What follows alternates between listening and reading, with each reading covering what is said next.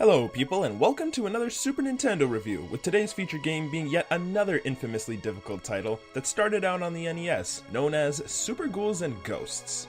Now, I didn't grow up with this game like I did with Battletoads. I had heard of Ghosts and Goblins before, and remember seeing Arthur appear in Marvel vs. Capcom 3, but that was the extent of my exposure to the franchise. It wasn't until around 2015 that I stumbled upon this game on the Wii Shop channel and decided I would give it a shot. Now, I sort of knew what I was getting into, as I was already aware of the infamous difficulty that the Ghosts and Goblins franchise boasts, but I like a challenge, and like I said earlier, I find myself drawn to games like these.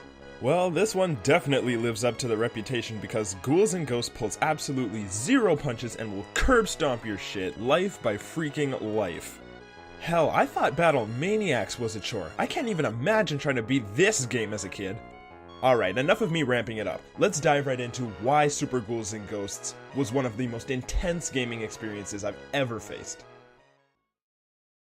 So before I get into what will probably be a lot of yelling and raging about this game's challenging nature, let's ease into this review starting with the story of Ghouls N Ghosts. Now here's what I love about this game. The story's stupid simple. Princess Prin, yes you heard that right, has been captured by demons, and it's up to you, playing as Knight Sir Arthur, to rescue her and defeat the Demon Lord Sardius. And that's it. I love it. Now, this isn't to say I'm not a fan of games with deep storylines and world building, but it's just so much easier to jump into games like these and just blast through them. I apologize to the copy of Final Fantasy VII that's been collecting dust in my room for a year. Someday, I promise. Anyways, with the plot established, Arthur rushes out of the castle and your adventure begins. So, with a brand new quest underway, you are greeted by some unique mechanics that this game has to offer. For starters, Arthur's jump is something quite unconventional for your typical platformer. He's oh so graciously blessed with a committed jump arc, meaning that once you jump in the air, there's no further influence you could put into Arthur's landing spot. However, you can double jump, which comes in handy when you need to make a quick change in direction to avoid incoming hazards. Another thing, and this is the big one, you only have 2 hits until you lose a life in this game. The first hit destroys Arthur's armor, leaving you left to travel in nothing but a pair of boxers, and a second attack will turn you into a pile of bones. But speaking of lives, they are hardly a worry in this game, as you can set how many you want from the get-go, and even when you do game over, there are basically unlimited continues with the amount of points you'll unintentionally grab along the way. The world of Super Ghouls N Ghosts has such variety in its levels, and you really get a sense of being on a quest that spans landscapes of a grand size. The vastly different stages keeps the game fresh and pushes one to make it to the end of each increasingly difficult level, just to see what kind of setting the next stage will take you to. Each level is a 2-parter, but if you make it halfway through, you'll start at a continue point if you die, rather than from the very beginning of the level.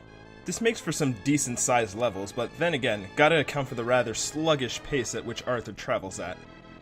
Of course, with this being a game from the 90s, you have your standard levels such as lava and ice stages, but then you get something unique and strange, like level 4. This apparently takes place in a ghoul's stomach, complete with squirming walls, and I guess you could call those organs in the background? Jesus, this is more disgusting than the Battle Maniacs Turbo Tunnel. What's also cool is that every time you start up a stage, you get a clear view of the game's full map, so it gives you a chance to see ahead at what kind of world is coming next. This could also get annoying, however, as this screen also appears every time after you die, and plays an intro tune that I'm sure you'll become all too familiar with. It's almost taunting. Speaking of tunes, the music in Super Ghouls N Ghosts is amazing. It replicates the booming tones of an organ, which helps create its atmosphere, going for a gothic medieval setting. Aside from the music, the settings are very alive and inviting, but with so much going on all at the same time, it does suffer from slowdown here and there. And in a pinch, it can really shoot you in the foot. Like in a boss battle, for instance. Okay, I do have to cut it some slack for being an SNES game from '91, and it's not too frequent with the slowdown, so I wouldn't say it harms the experience. Well, enough of me praising this game for its looks. Let's talk about why Ghouls N Ghosts is a hair-pulling, blood-boiling, heart-racing experience.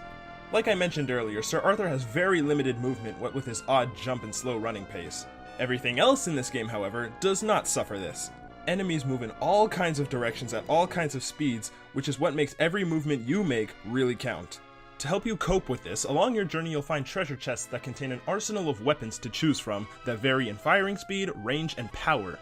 The weapons themselves are very different from each other, and each are pretty useful in the various situations you'll be thrown into. These weapons are picked up from the treasure chests that will pop up from the ground occasionally.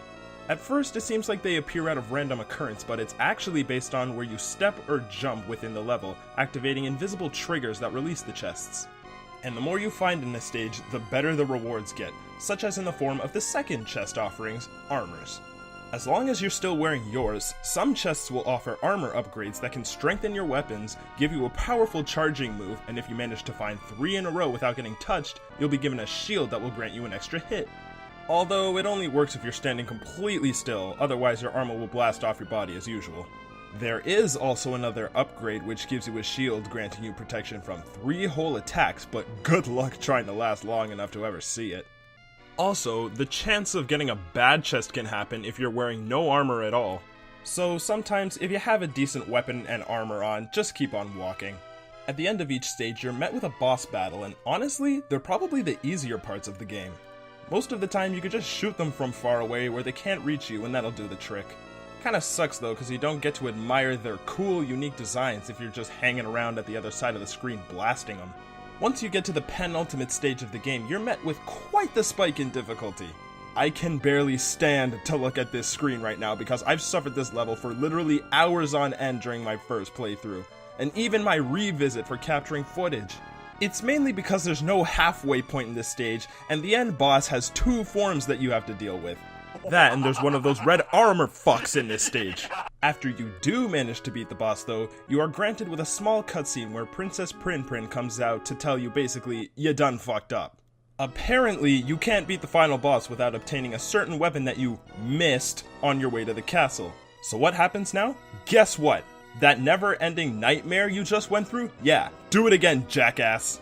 That's right, this game actually makes you play the whole thing all over again just to get the true ending. You get nothing new out of this second run, save for the new weapon, the Goddess Bracelet, showing up in chests. It doesn't get harder, there's no new stages, and it's the only way to reach the real ending of the game. That is, unless you just enter a cheat code to get to the real final stage, but I didn't know that the first time around. So now the Goddess Bracelet can be picked up in chests in nearly every level, but I usually leave it until the last one possible because oh my lord, this weapon reeks! Even when left to the last stage before the real final fight, that's when its uselessness really hits you the most. This level gets twice as hard with the Goddess Bracelet, and is easily the most frustrating part of the game. It took me days to beat this the first time I played it. You have to make every move perfect and not get hit too many times because remember, there's a boss at the end of this stage with 2 forms! Oh, and did I mention there's a goddamn time limit? On top of all this madness, you have to reach the end of this stage in a mere 5 minutes or you'll time out and instantly die. See, it's never an issue with the earlier stages, but here, the timer really gets the blood pumping. If you somehow manage to beat him, then you are sent to the real final level, stage 8. Here is where the final boss with the Demon King himself, Sardius, takes place. And it's piss easy. So yeah, you just need to ride the floating platforms when they appear and fire at his head. The lasers are pretty easy to dodge because you'll pick up the pattern and timing pretty quickly into the fight.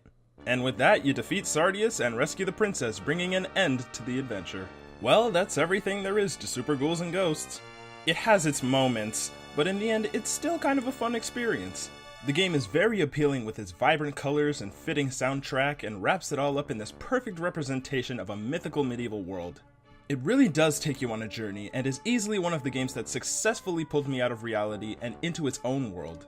I will say I definitely don't come back to this one as often as Battletoads just because of Stage 7 with the Goddess Bracelet. But in that case, like I said before, there are cheat codes, so you could just skip to the final level after playing through the whole game, which I definitely recommend. Don't put yourself through that twice. And with that, I'd like to thank you guys once again for coming and giving me a watch. Please like, comment, and subscribe because I would love to interact with more of the gaming community online. Not sure what's coming next, but I look forward to making more videos soon. Alright guys, peace out.